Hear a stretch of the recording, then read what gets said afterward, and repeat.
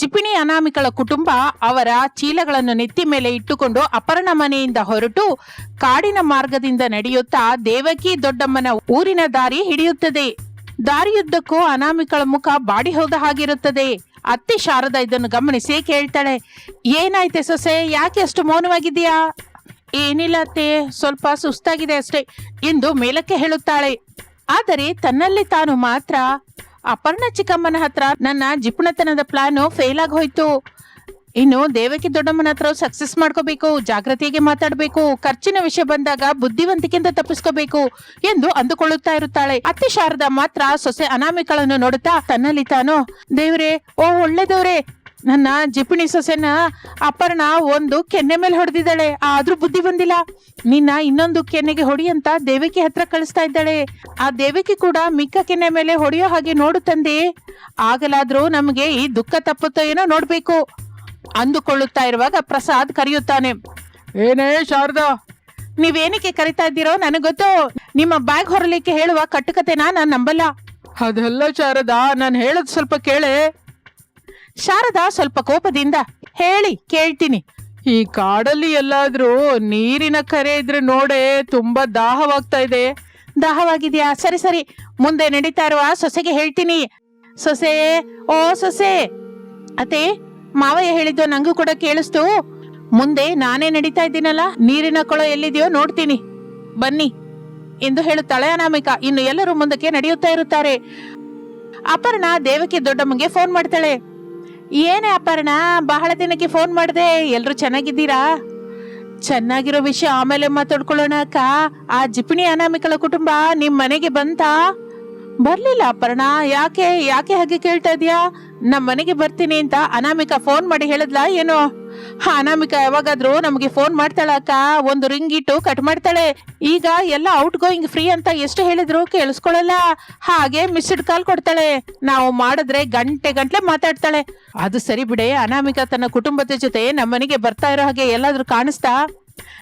ಕಾಣಿಸೋದಲ್ಲ ಅಕ್ಕ ಎಂದು ನಡೆದ ವಿಷಯವೆಲ್ಲವನ್ನೂ ಹೇಳುತ್ತಾಳೆ. ಒಳ್ಳೆ ಕೆಲಸ ಮಾಡಿದೆ ತಂಗಿ, ಯಾವಾಗ ನೋಡಿದ್ರು ನೆಂಟ್ರ ಮನೆ ಮೇಲೆ ಬಿದ್ದು ತಿನ್ಬೇಕು ಅಂತ, ಹಾಗೆ ಇರ್ಬೇಕು ಅಂತ ಆಲೋಚಿಸ್ತಾಳೆ ಈ ಅನಾಮಿಕಾ. ಪರಮ ಜಿಪುಣಿ ಬುದ್ಧಿ ಹಾಗೆ ಇರುತ್ತಕ್ಕ. ನನ್ನ ಹತ್ರಕ್ಕೆ ಬಂದ್ರೆ ನಾನು ಬುದ್ಧಿ ಹೇಳಿದ್ದೀನಿ, ಇಲ್ಲಿ ನೋಡು ನಿನ್ ಹತ್ರಕ್ಕೆ ಹೊರಟಿದ್ದಾರೆ. ಬಸ್ಸಿಗೆ ಮಾತ್ರ ಬರಲ್ಲ, ನಮ್ಮ ಊರಿನ ಪಕ್ಕದಲ್ಲಿರುವ ಕಾಡಿನ ಮಾರ್ಗದಲ್ಲಿ ನಡ್ಕೊಂಡು ಬರ್ತಾರೆ. ನೀನು ಕೂಡ ತಕ್ಕ ವಿಧದಿಂದ ಬುದ್ಧಿ ಹೇಳಕ್ಕ.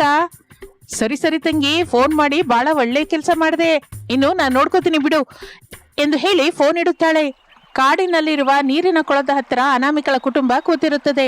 ಅತ್ತೆ, ಮಾವಯ್ಯ, ಏನು ಅಂದ್ರೆ ಒಂದೇ ಸಲಕ್ಕೆ ಹೊಟ್ಟೆ ತುಂಬಾ ನೀರು ಕುಡಿದ್ಬಿಡಿ. ಕತ್ತಲಾಗುವ ಒಳಗೆ ದೇವಕಿ ದೊಡ್ಡಮ್ಮನ ಮನೆಗೆ ಹೋಗ್ಬೇಕು, ಮತ್ತೆ ಎಲ್ಲಿಯೂ ನಿಲ್ಲೋದಿಲ್ಲ ಹೇಳ್ತಾ ಇದ್ದೀನಿ. ವೇಗವಾಗಿ ನಡ್ಕೊಂಡು ಚಕಚಕ ಹೋಗೋಣ. ಎಷ್ಟು ಕುಡಿಬೇಕೋ ಅಷ್ಟೇ ಕುಡಿತಾರೆ ಸೊಸೆ. ಹೊಟ್ಟೆ ತುಂಬಾ ಕುಡಿ ಅಂತ ಹೇಳಿದ್ರೆ ಏನಾದ್ರ ಅರ್ಥ? ಅಯ್ಯೋ ಅತ್ತೆ, ಮತ್ತೆ ನಮಗೆ ನೀರಿನ ಕೊಳ ಕಾಣಿಸುತ್ತೋ ಇಲ್ವೋ ಅಂತ ಹಾಗೆ ಹೇಳ್ತಾ ಇದ್ದೀನಿ. ಇನ್ನು ನಡಿಗೆ ಶುರು ಮಾಡೋಣವಾ? ಸ್ವಲ್ಪ ಹೊತ್ತು ನಿಲ್ಲೋಣ ಅಮ್ಮ, ಕಾಲ್ ತುಂಬಾ ಎಳಿತಾ ಇದೆ. ಹೌದು ಅನಾಮಿಕಾ, ಕಾಲೆಲ್ಲ ನೋವು ಬರ್ತಾ ಇದೆ, ಸ್ವಲ್ಪ ಹೊತ್ತು ಕೂತ್ಕೊಳ್ಳೋಣ ಬಾ.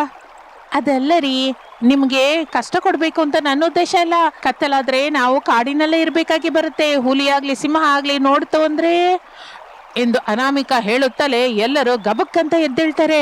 ಬ್ಯಾಗ್ಗಳನ್ನ ನೆತ್ತಿ ಮೇಲೆ ಇಟ್ಕೋತಾರೆ. ಅನಾಮಿಕಂಗೆ ಅವರ ಭಯ ನೋಡಿ ನಗು ಬರುತ್ತೆ, ಆದ್ರೆ ಹೊರಗೆ ನಗಲಾರಳು. ಬನ್ನಿ ಎಂದು ಬ್ಯಾಗ್ಗಳನ್ನು ನೆತ್ತಿಯ ಮೇಲೆ ಇಟ್ಟುಕೊಂಡು ಮುಂದೆ ನಡೀಲಿಕ್ಕೆ ಶುರು ಮಾಡುತ್ತಾಳೆ. ತನ್ನ ಹಿಂದೆ ಪ್ರಸಾದ್, ಶಾರದಾ, ರಮೇಶರು ನಡೀಲಿಕ್ಕೆ ಶುರು ಮಾಡುತ್ತಾರೆ. ಇನ್ನು ಮನೆಯ ಬಾಗಿಲ ಹತ್ರ ನಿಂತ್ಕೊಂಡು ಪದೇ ಪದೇ ರೋಡ್ ಕಡೆ ನೋಡ್ತಾ ಇರುವ ದೇವಕಿ ಹತ್ರಕ್ಕೆ ಗಂಡ ದಾನಯ್ಯ ಬರುತ್ತಾನೆ. ದೇವಕಿ, ನಿನ್ನ ತಮ್ಮ ಏನಾದ್ರೂ ಬರ್ತೀನಿ ಅಂತ ಹೇಳದ್ನ? ಹಾಗೆ ಪದೇ ಪದೇ ರೋಡ್ ಕಡೆ ನೋಡ್ತಾ ಇದೀಯಾ? ಜಿಪುಣಿ ಅನಾಮಿಕಳ ಕುಟುಂಬ ಬರುತ್ತಂತೆ, ಅದಕ್ಕೆ ಈ ಎದುರು ನೋಟ. ಬರುವವರು ಹೇಗೂ ಬರ್ತಾರೆ, ನೀನು ಹೇಳ್ಬೇಕು ಅನ್ನೋ ಬುದ್ಧಿನ ಹೇಗೂ ಹೇಳ್ತೀಯ, ಅದಕ್ಕೆ ಇಷ್ಟೆಲ್ಲ ಎದುರು ನೋಡೋದೇನಕ್ಕೆ ಹೇಳು? ಅದಲ್ಲ ರೀ ದೇವಕಿ, ಮನೆಗೆ ಬರುವ ನೆಂಟರಿಗೆ ನಿನ್ನ ನೋಡೋದು ಯಾರೋ ಹೇಳಿದ ಹಾಗೆ ಅನ್ಸ್ಬಾರ್ದು. ಹಾಗೆ ಅನ್ಸಿದ್ರೆ ಅಪರ್ಣ ಫೋನ್ ಮಾಡಿ ಹೇಳಿದ ಆಗಿದೆ ಅಂತ ಅನುಮಾನ ಬರುತ್ತೆ, ಆಗ ಅಪರ್ಣನ ಬೈಕೋತಾರೆ. ನೀವು ಕೂಡ ಹೇಳೋದು ನಿಜನೇ ರೀ, ನಾನು ಅಷ್ಟು ದೂರ ಆಲೋಚಿಸಿಲ್ಲ, ಬನ್ನಿ ಎಂದು ಇಬ್ಬರು ಒಳಗಡೆಗೆ ಹೋಗುತ್ತಾರೆ. ಇಷ್ಟರಲ್ಲಿ ಅನಾಮಿಕಳ ಕುಟುಂಬ ದೇವಕಿ ದೊಡ್ಡಮ್ಮನ ಮನೆಗೆ ಸೇರಿಕೊಳ್ಳುತ್ತಾರೆ.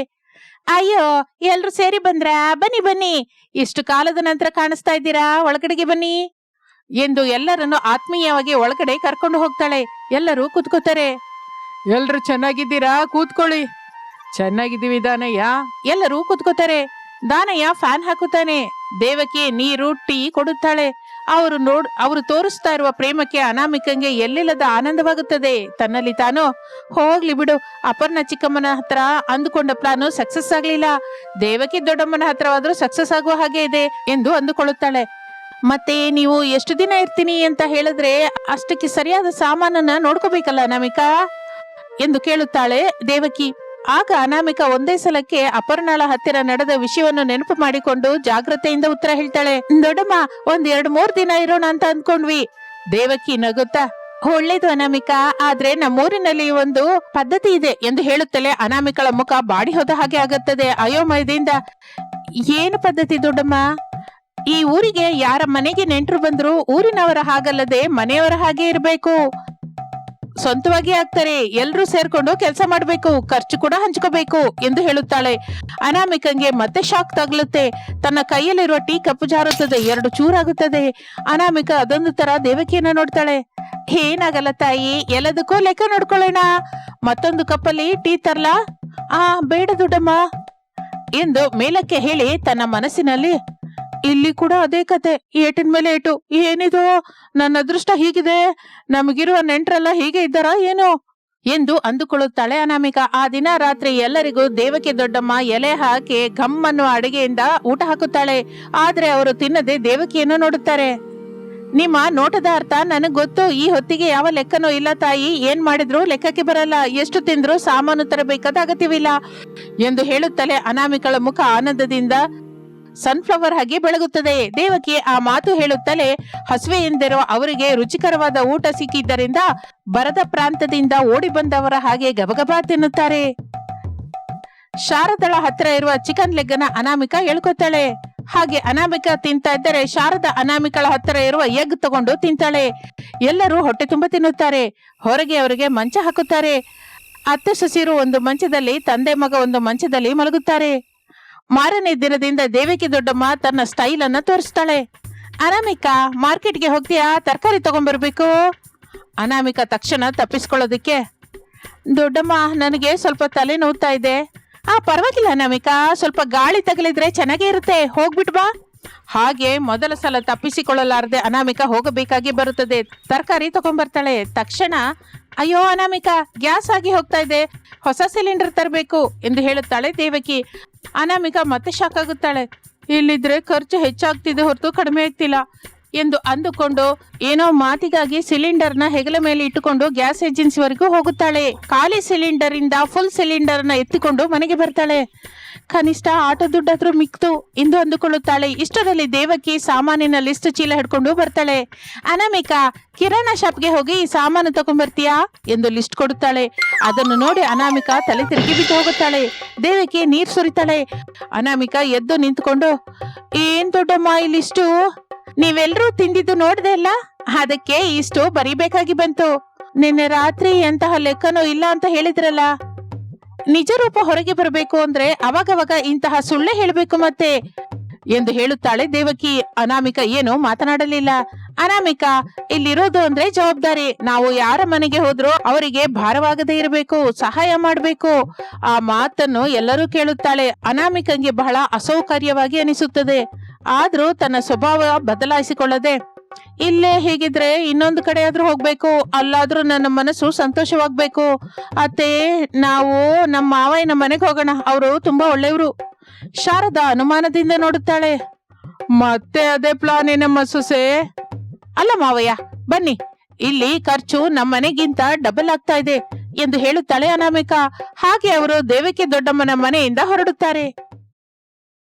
ಅಡಿಗೆ ಮಾಡ್ತಾ ಇರುವ ಭಾವನಳ ಹತ್ತಿರಕ್ಕೆ ಗಂಡ ವಿನೋದ್ ಬರ್ತಾನೆ.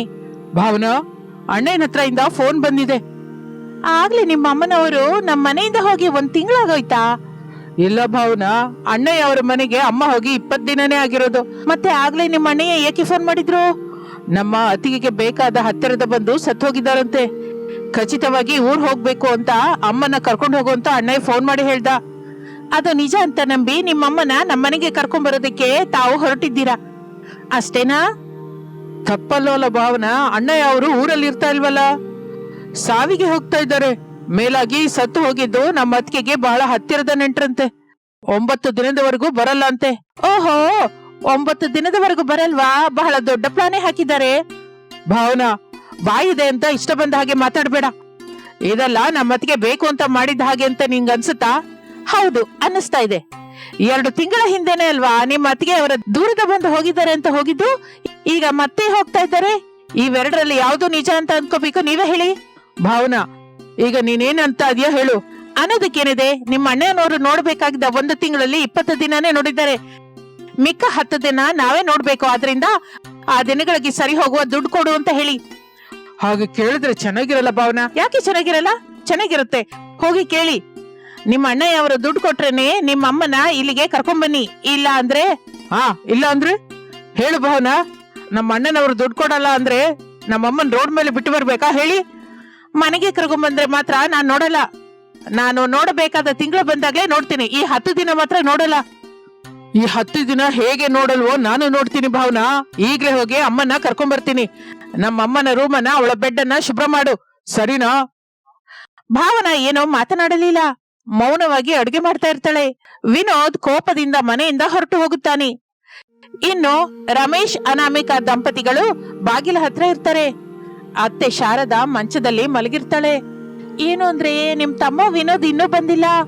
ನಾವ್ ಹೇಳಿದ ಸಾವಿನ ವಾರ್ತೆ ಸುಳ್ಳು ಅಂತ ನಮ್ಮ ವಿನೋದ್ ತಮ್ಮಂಗೆ ಅರ್ಥವಾದ ಹಾಗಿದೆ ಅನಾಮಿಕಾ. ಅದಕ್ಕೆ ನಮ್ಮ ಮನೆಗೆ ಬರ್ತಾ ಇಲ್ವೋ ಇವನು. ಫೋನಲ್ಲಿ ನಾನು ಅತ್ತ ವಿಷಯ ಕೂಡ ಹೇಳಿದ್ದೆ ಅಲ್ಲ. ತಮ್ಮನ್ ಜೊತೆ ಫೋನಲ್ಲಿ ಮಾತಾಡ್ತಾ ಇರುವಾಗ ನೀ ಪಕ್ಕದಲ್ಲೇ ಇದ್ಯಲ್ಲ. ಇದ್ದೆ ಅಟ್ಟೆ, ಆದ್ರೂ ಅರ್ಧ ಗಂಟೆ ದಾಡಿದ್ರು ಯಾಕೆ ಬಂದಿಲ್ಲ ಅಂತೀರಾ ಮತ್ತೆ? ಫೋನ್ ಮಾಡಿ ಕೇಳ್ತೀನಿ ಅನಾಮಿಕಾ ಎಂದು ಹೇಳುತ್ತಿರುವಾಗಲೇ ವಿನೋದ್ ಅಲ್ಲಿಗೆ ಬರುತ್ತಾನೆ. ಅನಾಮಿಕಾ ಕಳ್ಳ ಅಳು ಶುರು ಮಾಡುತ್ತಾಳೆ. ಬಂದ್ಯ ತಮ್ಮ, ಮನೆಯಿಂದ ಬರೋದಕ್ಕೆ ಇಷ್ಟು ಟೈಮ್ ಹಿಡಿತು? ಏನಿಲ್ಲ ಅಣ್ಣಯ್ಯ, ಅಮ್ಮ ಎಲ್ಲಿದ್ದಾಳೆ? ಬೆಡ್ ಮೇಲೆ ಮಲಗಿದ್ದಾಳೆ. ಜಾಗೃತಿಯಾಗಿ ಕರ್ಕೊಂಡು ಹೋಗು. ನಾವು ತಿರುಗಿ ಬಂದ ಮೇಲೆ ಫೋನ್ ಮಾಡ್ತೀವಿ. ಆಗ ಅಮ್ಮನ ನಮ್ಮ ಮನೆಗೆ ಕರ್ಕೊಂಬ. ಸರಿ ಅಣ್ಣಯ್ಯ ಎಂದು ಮಂಚದಲ್ಲಿ ಮಲಗಿಕೊಂಡ ಶಾರದಾಳ ಹತ್ರಕ್ಕೆ ಬರ್ತಾನೆ. ಅಮ್ಮ, ಅಮ್ಮ ಎದ್ದೇಳು, ನಮ್ಮ ಮನೆಗೆ ಹೋಗೋಣ ಬಾ. ಶಾರದಾ ಕಣ್ಣು ತೆಗೆಯುತ್ತಾಳೆ. ಎದುರಿನಲ್ಲಿ ತನ್ನ ಚಿಕ್ಕ ಮಗ ವಿನೋದ್ ಕಾಣಿಸುತ್ತಾನೆ. ಚಿಕ್ಕವನೇ, ನೀನೇನೋ ಇಲ್ಲಿ? ಅಣ್ಣಯ್ಯ ಅತ್ತಿಗೆ ಊರಿಗೆ ಹೋಗ್ತಾ ಇದ್ದಾರೆ, ನಾವು ನಮ್ಮ ಮನೆಗೆ ಹೋಗೋಣ ಬಾ. ಅಣ್ಣ ಅತ್ತಿಗೆ ಊರಿಗೆ ಹೋಗ್ತಾ ಇದ್ದಾರಾ? ಹೌದಮ್ಮ. ಯಾವಾಗ ಹೋಗ್ತಾ ಇದ್ದಾರೆ ಮಗನೇ? ಈಗ್ಲೇ ಹೋಗ್ತಾ ಇದ್ದಾರೆ. ಅಂದ್ರೆ ನೀನನ್ ಕರ್ಕೊಂಡು ಹೋಗಕ್ಕೆ ಬಂದ್ಯಾ? ಹೌದಮ್ಮ, ನಾವು ನಮ್ಮ ಮನೆಗೆ ಹೋಗೋಣ. ಅಣ್ಣಯ್ಯ ಅತ್ತಿಗೆ ಊರಿಗೆ ಹೋಗ್ತಾರೆ. ಸರಿಯಪ್ಪ. ಏನೋ ನನ್ ಜೀವನ, ನಿಮ್ಮ ಅಪ್ಪನ ಜೊತೆ ನನ್ನನ್ನು ಕೂಡ ಕರ್ಕೊಂಡು ಹೋಗಿದ್ರೆ ಚೆನ್ನಾಗಿತ್ತು. ಆ ಭಗವಂತ ನನಗೆ ಕಷ್ಟ ತಪ್ಪೋದು. ಅಮ್ಮ, ಯಾರನ್ನ ಯಾವಾಗ ಕರ್ಕೊಂಡು ಹೋಗ್ಬೇಕೋ ದೇವರಿಗೆ ಚೆನ್ನಾಗಿ ಗೊತ್ತು. ನೀನು ಬಾ ಅಂತ ಕರೀತಲೆ ಸಾವು ಬರಲ್ಲ. ನಾನು ಬೇಡ ಅಂತ ಹೇಳ್ತಲೆ ನನ್ ಬಿಟ್ಟು ಹೋಗೋದಿಲ್ಲ. ಅಣ್ಣಯ್ಯ ಅತ್ತಿಗೆ ಊರಿಂದ ಬರುವವರೆಗೂ ನನ್ನ ಹತ್ರನೇ ಇರುವಂತೆ. ಮಗುವಿನೋದು ಸೊಸೆ ಭಾವನಂಗೆ ಹೇಳಿದ್ಯೇನೋ? ಹೇಳಿದ್ದೀನಮ್ಮ, ಕರ್ಕೊಂಬ ಅಂತ ಹೇಳಿದಾಳೆ. ಹೋಗೋಣ ಬಾ ಎಂದು ಶಾರದಾಳನ್ನು ಕರೆದುಕೊಂಡು ವಿನೋದ್ ಆ ಮನೆಯಿಂದ ಹೊರಟು ತನ್ನ ಮನೆ ಹತ್ರಕ್ಕೆ ಬರ್ತಾನೆ. ಭಾವನ ಬಾಗಿಲ ಹತ್ರವೇ ಅಡ್ಡಕ್ಕೆ ನಿಲ್ತಾಳೆ. ಅಡ್ಡದಿಂದ ಸರಿ ಭಾವನಾ, ಅಮ್ಮ ಒಳಗ್ ಹೋಗ್ಬೇಕು. ನಾನ್ ಹೇಳಿದ ಕೆಲ್ಸ ಏನಾಯ್ತು? ಮಾಡ್ದೇ ಇರ್ತೀನ? ಮಾಡಿದ್ದೀನಿ. ನೀನು ಕೇಳು ಅಂದ ಹಾಗೆ ಅಣ್ಣಯ್ಯನ ಈ 10 ದಿನಕ್ಕೆ ಸರಿ ಹೋಗುವ ದುಡ್ಡು ಕೊಡು ಅಂದೆ. ತಗೋ, ಅಣ್ಣಯ್ಯ 1000 ರೂಪಾಯಿ ಕೊಟ್ಟಿದ್ದಾನೆ ಎಂದು ಹೇಳಿ ದುಡ್ಡು ಕೊಡುತ್ತಾನೆ ವಿನೋದ್.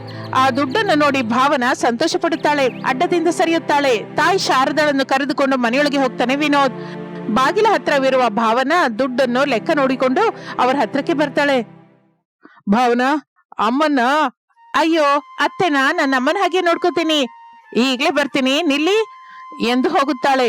ಯಾಕೆ ಮಗನೇ ಸೊಸೆ ಹತ್ರ ಸುಳ್ಳು ಹೇಳ್ದೆ? ಹಾಗೆ ಹೇಳಿದ್ರೆ ನಿನ್ನ ಚೆನ್ನಾಗಿ ನೋಡ್ಕೋತಾಳಮ್ಮ.